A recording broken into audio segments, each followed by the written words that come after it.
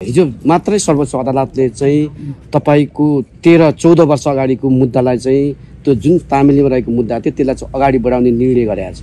त्यो निर्णयमा तपाईको पार्टी बिचमा के छलफल भयो? होइन, यसो हो, त्यसमा त धेरै छलफल गर्नुपर्ने कुरै छैन र मैले नै हिजो पनि भनिसकेको छु, तपाईहरुको मिडियामा पनि भनिसकेको छु।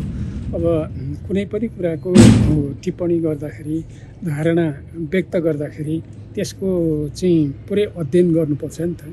वास्तवमा अहिले त साँच्चै भन्नुहुन्छ भने अब लिखित पनि आएको छैन हैन, एउटा चाहिँ आफ्नै ढङ्गले प्रचार गरेका छन्। त्यो प्रचारमा पनि त्यति धेरै चाहिँ सत्यता छैन, त्यो आफ्नै हिसाबले प्रचार गरेका छन्। त्यसकारण मैले हिजो भने जस्तै अहिले पनि भन्ने कुरा के हुन्छ भने यहाँ धेरै छलफल गर्नुपर्ने आवश्यकता भयो।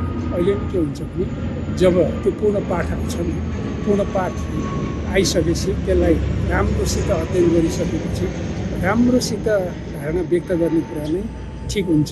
किनभने अदालती कुरा हो, त्यसले चाहिँ अधुरो अंशमा चाहिँ अपूर्ण कुरामा टिप्पणी गर्नु त्यति परिपक्वता देखिँदैन। त्यसकारण पछि नै त्यो पूर्ण पाठ आएपछि हामी छलफल गर्छौँ। जनयुद्ध कालका विषय घटनाहरू चाहिँ प्रायः चाहिँ टिआरसी मार्फत चाहिँ अगाडि बढ्नुपर्छ भनेर टिआरसीका 2 आयोगहरूले पूर्णता पनि पाइसकेको अवस्था छ। यो अवस्थामा चाहिँ सर्वोच्चले चाहिँ यहाँको मुद्दालाई चाहिँ विस्तार चाहिँ अगाडि बढाउने निर्णय गरेको छ। त्यसलाई कसरी लिनुहुन्छ? त्यसमा मैले भनि नै सकेँ। अब ऐन पनि बनिसकेको छ, आयोगहरू पनि बनिसकेका छन्। यी सबै कुरामा मलाई लाग्छ अदालत पनि जानकार नै छ। त्यसमा यसमा अब थप टिप्पणी आवश्यक छैन।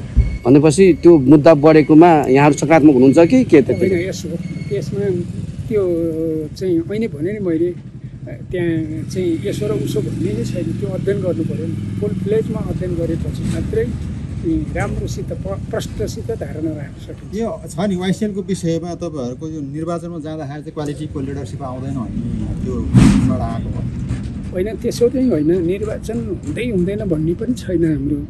अब तर दुनियाँमा जहाँसुकै पनि र हाम्रै देशमा पार्टीमै पनि सबभन्दा लोकतान्त्रिक प्रक्रिया भनेको चाहिँ सर्वसम्मति हो। सर्वसम्मतिभन्दा ठुलो लोकतान्त्रिक कुरा अरू केही हुन सक्दैन। त्यसकारण हामीले सर्वसम्मतिमा भोलि त्यो वाइसिएल सञ्चालन गर्नका लागि पनि त्यसले चाहिँ गुणात्मक काम गर्नका लागि पनि सहमति नै सर्वोत्तम विकल्प हो। त्यसो भनेर फेरि अब जस्तो भए पनि चाहिँ सहमति गर्नुपर्छ भन्ने पनि होइन, ढोका खुलै छैन।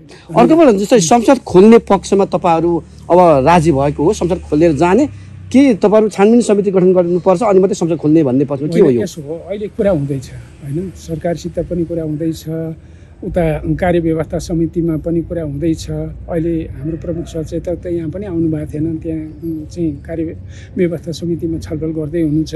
मात्रै होइन, फेरि हामी चाहिँ विपक्षीहरूसित पनि मिलेर चाहिँ यो अवरोध गरेछ। यी सबैसित छलफल गरिसकेपछि एउटा निष्कर्षमा पुग्छ। मैले भनिहालेँ, हामी चाहिँ छानबिनलाई मेन बनाउँछौँ र सकारात्मक निकास निकाल्नका लागि हाम्रो तर्फबाट रचनात्मक, सृजनात्मक र जिम्मेवारपूर्ण पहल कदमी हुन्छ। त्यो भनेको छानबिन समिति गठन गरेर मात्रै संसद खोल्छ भनेको होइन।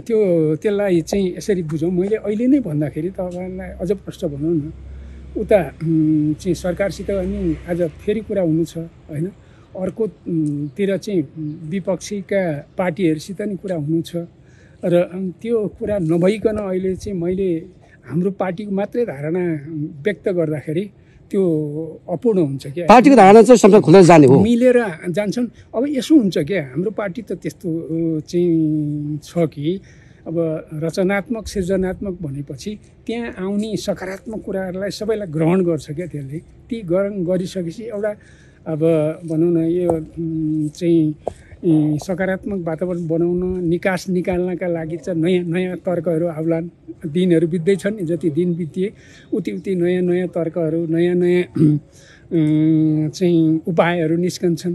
त्यो छलफल भएपछि अब त्यहाँ अब संसदमा भएका अब अध्यक्ष नै हुनुहुन्छ, उपाध्यक्ष राष्ट्रिय सभामा हुनुहुन्छ, अनि अरू लिडरसिपका कमरेडहरू पनि हुन्छ। त्यहाँ छलफल गरेर उहाँहरू निष्कर्षमा पुग्नुहुन्छ।